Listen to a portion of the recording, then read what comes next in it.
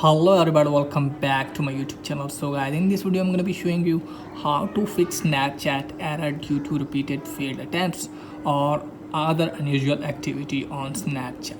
So let's get started without wasting any time. First of all guys, what you need to do is just simply take a screenshot of your problem, and then what you need to do is just simply close this page from here.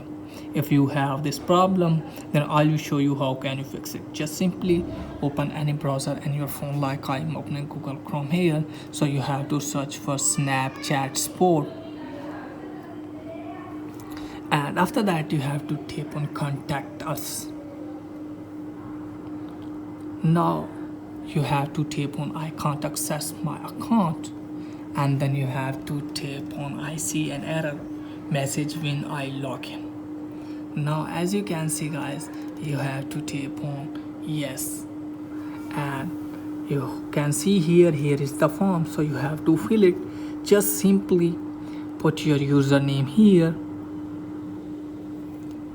and here you have to give your email address which you used on Snapchat. So here you have to give the email address, and here you have to give your phone number including your country code, and here you have to give your device name as model, and here you have to give the date. When did you start having this issue?